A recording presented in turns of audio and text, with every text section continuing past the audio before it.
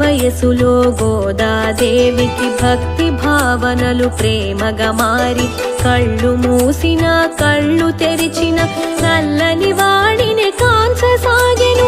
Willey Puttur గోకులముగా తన స్నేహితులను గోపికలుగా అన్ని వేళలా భావన చేసి ఆ విధంబుగా చరించసాగెను. విష్ణు చిత్తుడు భగవంతునికై రూపొందించిన పూలమాలలను గోదాదేవి ముందుగా ధరించి తనలో కృష్ణుని కాంచి మురిసెను.